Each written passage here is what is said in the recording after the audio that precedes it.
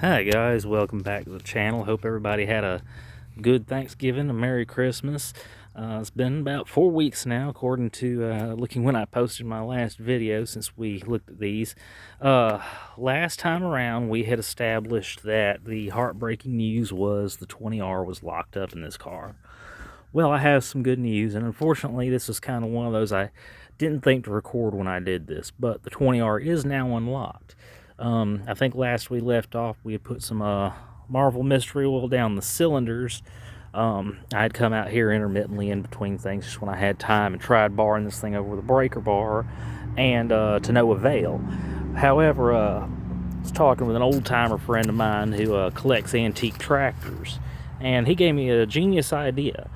Of course, since the car is a 5-speed, his great recommendation was to turn around and find a way to secure a 4x4 post to one of the back tires, because it's not a limited slip car. Drop the other tire down on the ground, and then jump up and down on each end of the 4x4 post until we were able to break this engine loose. So I turned around and took his advice on that. You can see what I've got made up here. I did take my center cap and my trim ring off to do this, and I'm just going to kind of give you an idea how I did this here. So what we have here is about a 6 or 8 foot 4x4, and I bought a second one, and I cut it down to about 23 inches, which is the entire across diameter of the tire and wheel. What I did, just to give myself a little integrity here, is I lag bolted with 6 lag bolts, just spaced out pretty evenly across the other 4x4. And what that does is that spaces it away from the car for me. That way I'm not slamming it in. I mean, granted, we already know we're going to be doing some paint and body work here at some point, but at the same time, there's no point in creating work we don't have to create. So, after that, we just took a couple of jack stands to hold our 4x4 up in place on the wheel. We took a couple of little 1-inch Harbor Freight ratchet straps, nothing extravagant, wrapped them through our wheel spokes, cinched this thing down nice and tight, and just kind of worked it back and forth, back and forth, back and forth. What that does for us is, considering 5th is an overdrive gear, it almost makes gear reduction work backwards. So we're actually applying more force to the engine through the clutch and the drivetrain than we could if we were just putting a bar directly on the crank bolt. That way we don't run a risk of breaking off the bolt or damaging anything. So this worked out good. After about 20 minutes of working with it, just about the time I was about to give up, I heard it start squirting our Marvel out of the cylinders. So I worked it back and forth a little bit, then took it off, and took my monster pry bar here, and then just stuck it in a wheel gap like that, with the car still in 5th, and we just rolled it over. And I'm gonna try to get it up there, maybe you guys can see the fan rotation. Locked in back here.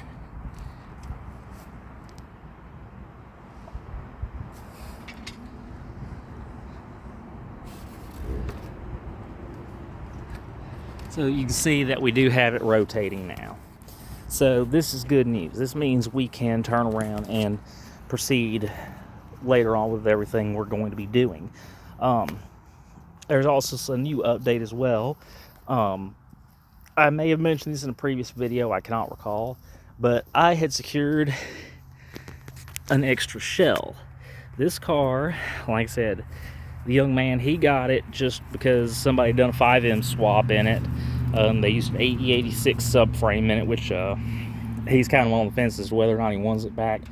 I told him I'd like to leave mine stock, so I really don't have any use for this subframe. If he wants it back, I'm going to give it back to him. You know, he was good enough to give me the rest of this shell with 99% good sheet metal for free, as well as a bunch of extras in here. I've got extra taillights, as we know on our Blue 29, the taillights are broke. A lot of good wiring harness there. the floor pans in this car, and you can't kind of see them real good because of all the clutter, are in excellent shape. Like I said, dents and dings, of course. And this is all just stuff. I mean, I did not expect an immaculate shell. I was mainly after it for the floors. And because these doors are in better shape than mine, and I'm going to get to that in just a second. But we'll kind of let you look at what we got here. We don't have any major eat through in the top. Little damage here we're going to have to straighten out and weld up, but not much. Little bit of damage here. But this is all stuff that can be squared away without too much hassle. Bottoms of the doors will have to be addressed, but that is a much easier section of panel to repair than the top section, because you have the bends, you have a structural brace on the top of this, and you have this crown in here you have to work with. So, now you see this hood with it. This hood is about as trashed as the one I have, but this is something that, you know, I can use swatches of this sheet metal to turn around and do some repair work with. Well, the ultimate plan, but we also have a good fuel filler doors. We know ours is rusted out. I said the same way. We have a little bit of eat up right through here on the top of this passenger door shell. Again, not quite as severe as my door. This is going to be a relatively easy section to patch, because we're not eat all the way down the door. So this car is going to be kind of fascinating, and I'm actually probably going to start another video today on this, because we are actually going to do something that nobody really does.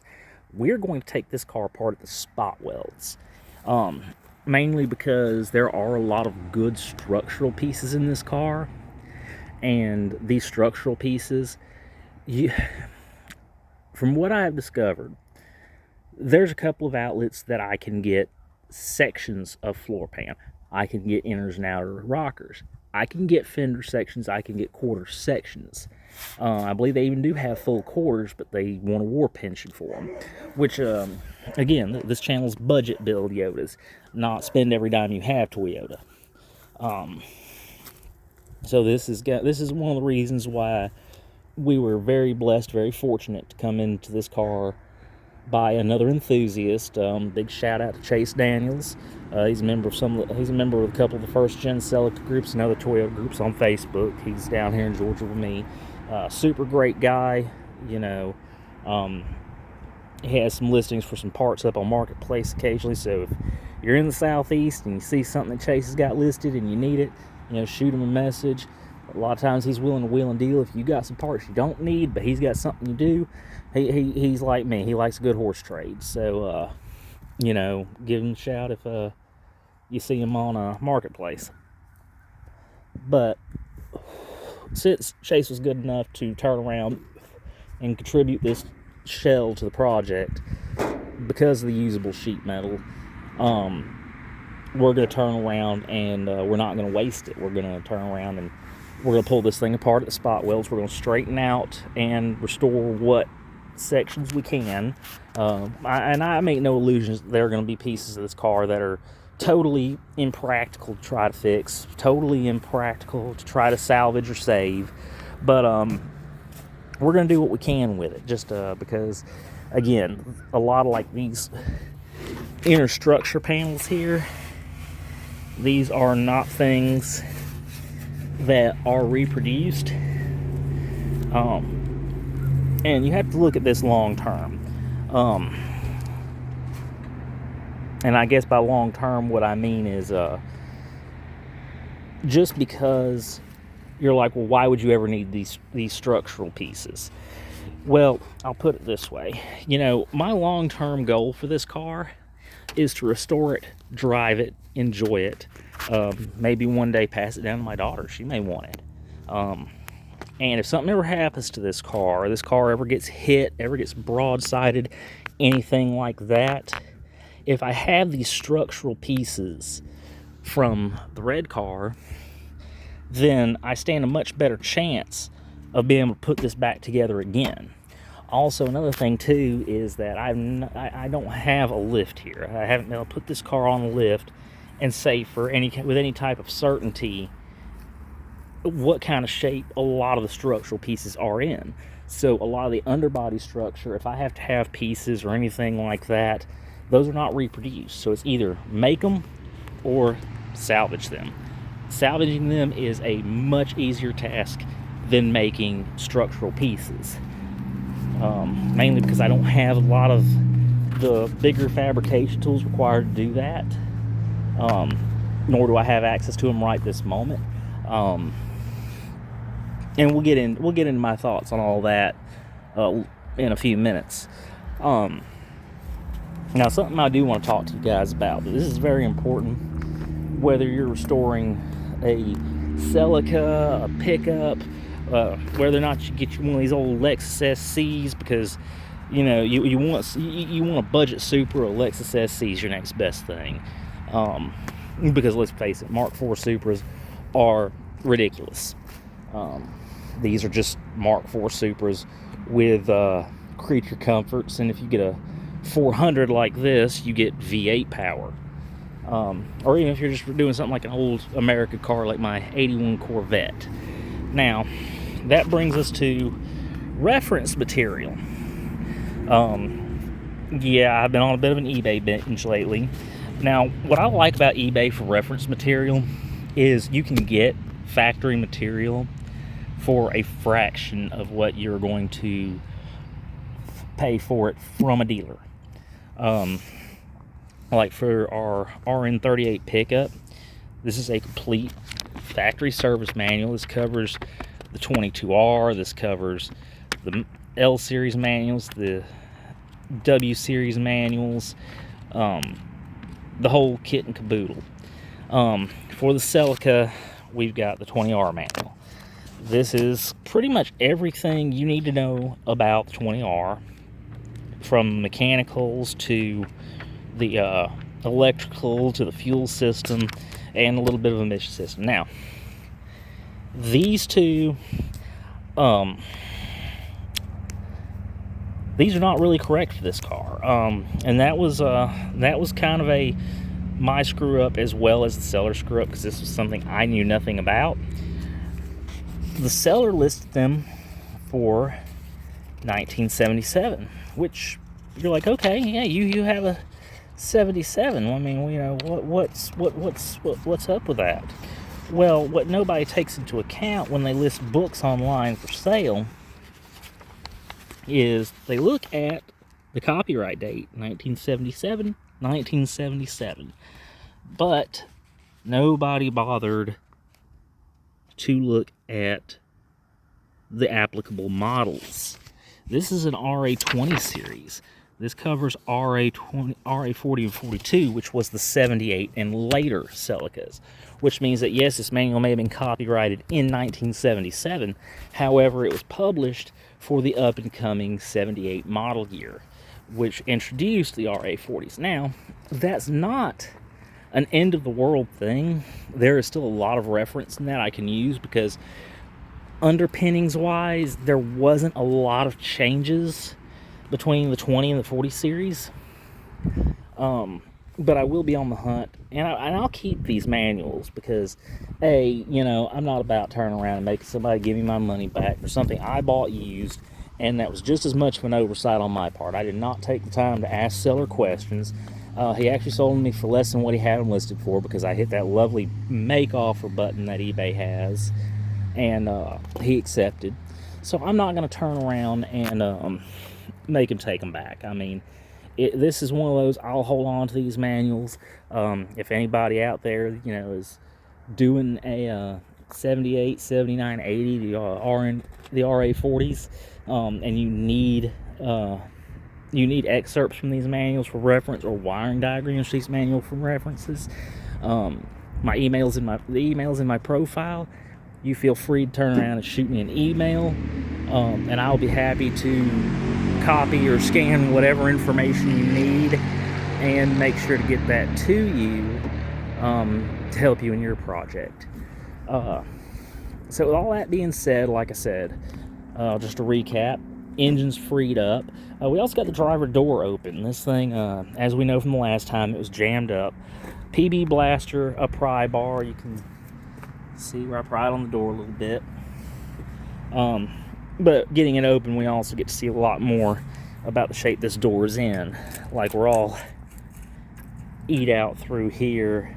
So this door, and all the way up into here. So this door is pretty much, it's a waste. I mean, this door is going to be better used to maybe turn around. And because of the curvature, I could probably cut a swatch out of the middle of this door and graft it into my lower section on my other door.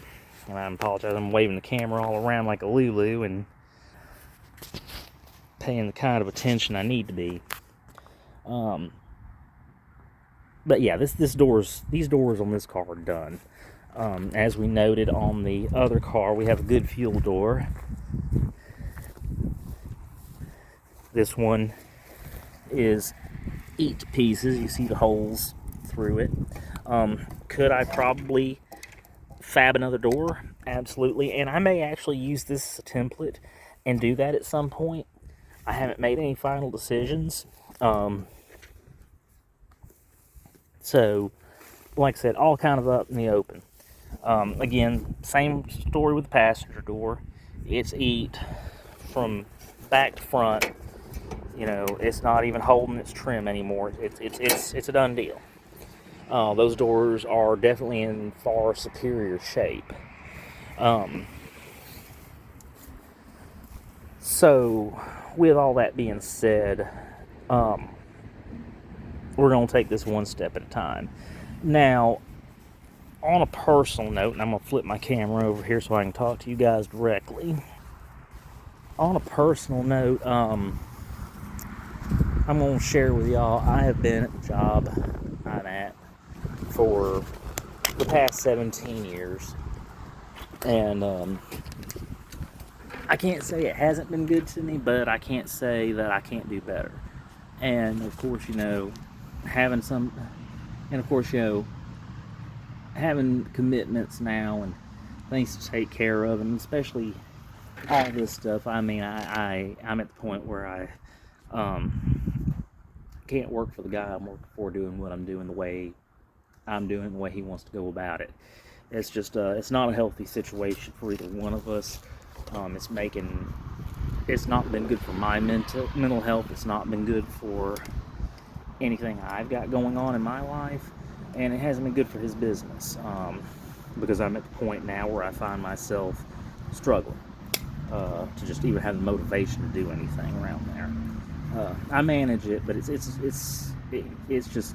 turned into something that's turned toxic, and it never needed to be, and I should have walked away sooner. So with this up and coming year, my family and I are looking at a few options.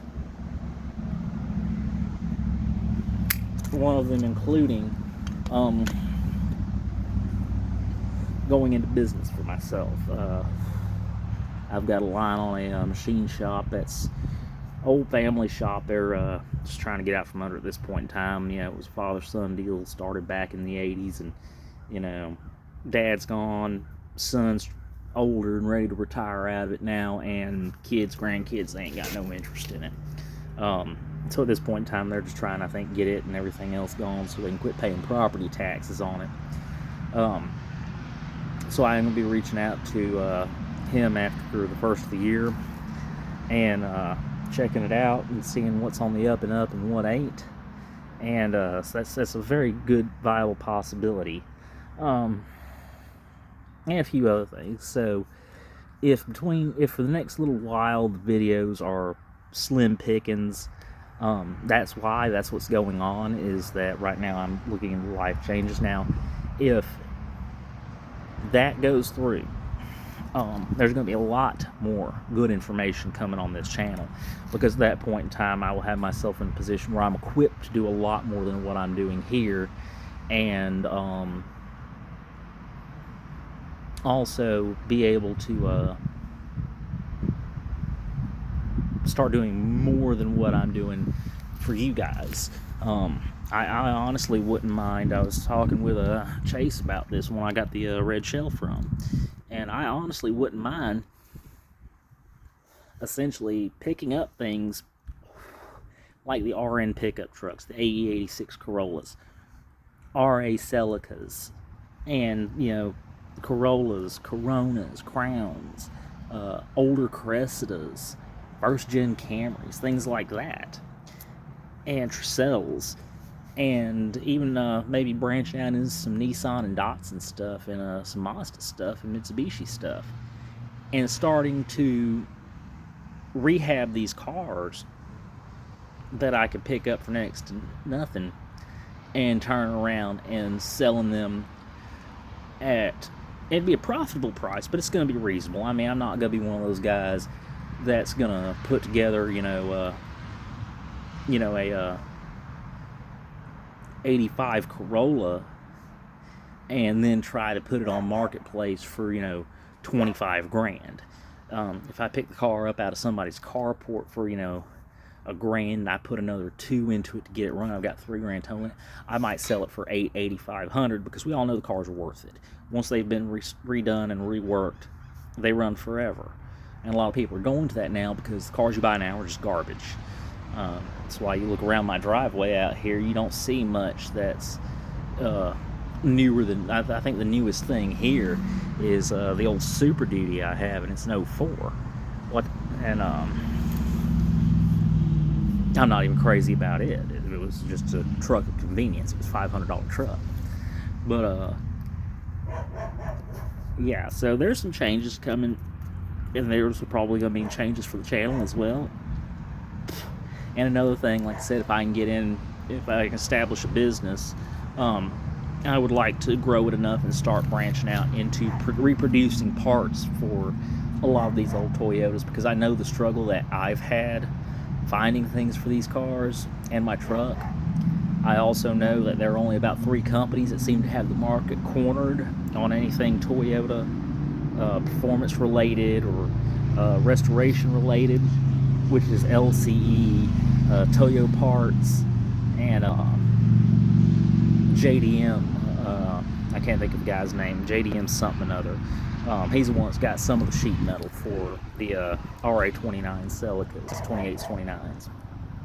But short of those guys, they've got that market covered and cornered.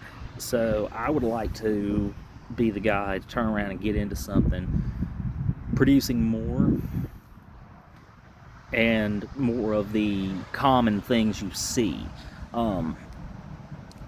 Classic Current Fabrications, they offer floor pans for the RN series pickups, but they're partial pans, and I actually got a set of their pans for a 82, 83 that I was doing for a customer at my current place of employment, and they did not, and I actually had to add to those pans because they were, again, partial pans. They did not take up what was actually rusted in this truck. So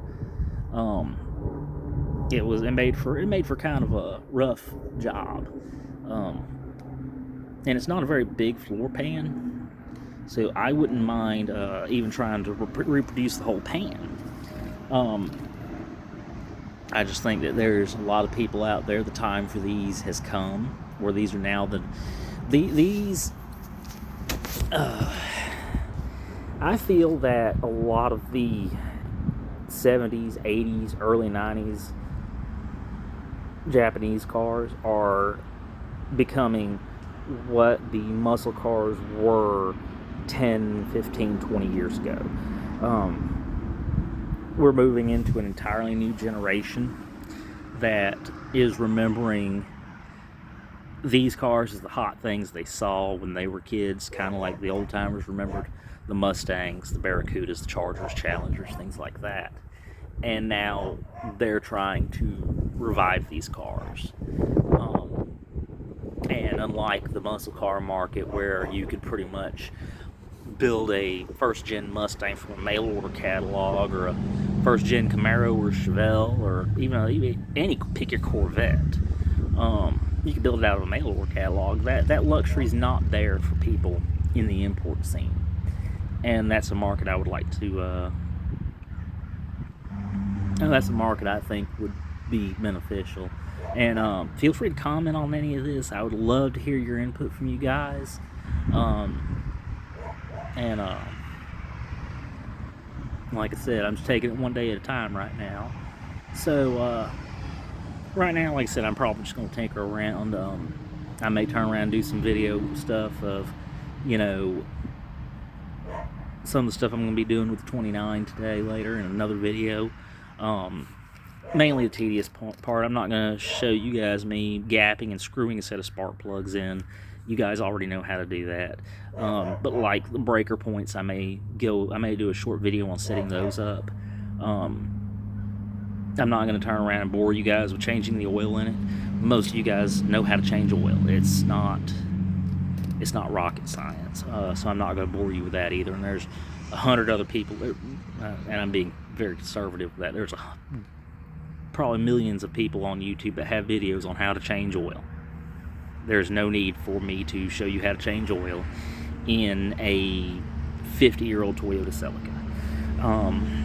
I may turn around and do some video on tearing down the Red 29 shell and some things like that. And one thing, I'm gonna flip the camera back around for a minute that this did just remind me.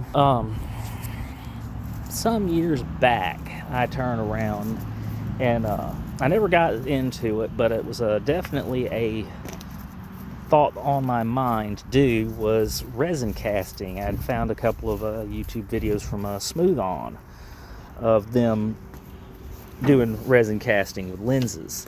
I actually managed to get, with this deal, the light assemblies with good lenses.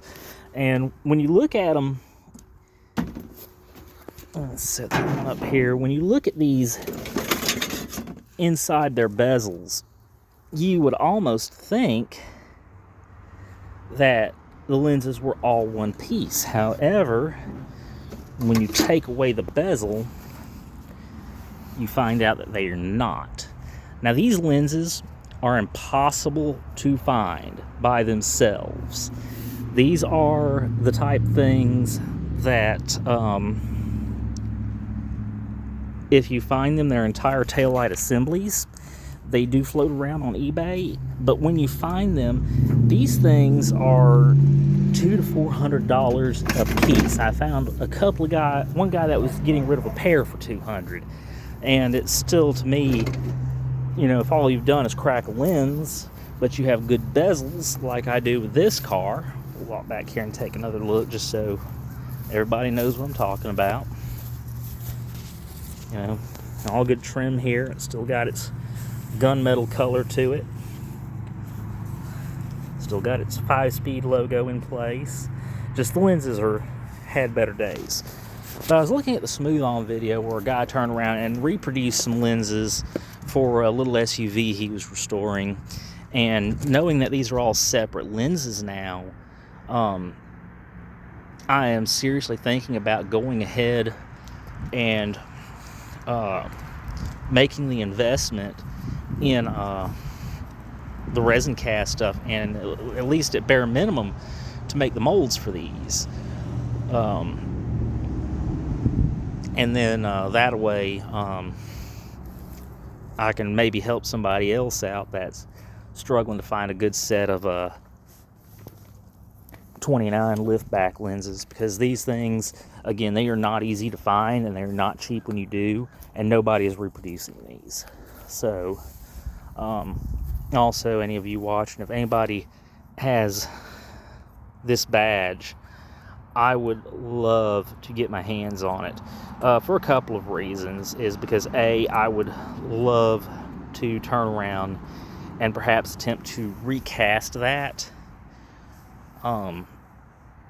because again, this particular badge, I find them for the coupes that it's just the Toyota badge that would go somewhere over here, with the Dragon that would go somewhere here. And they make the Dragon badges that on a lot of them would have gone under your Celica badge here.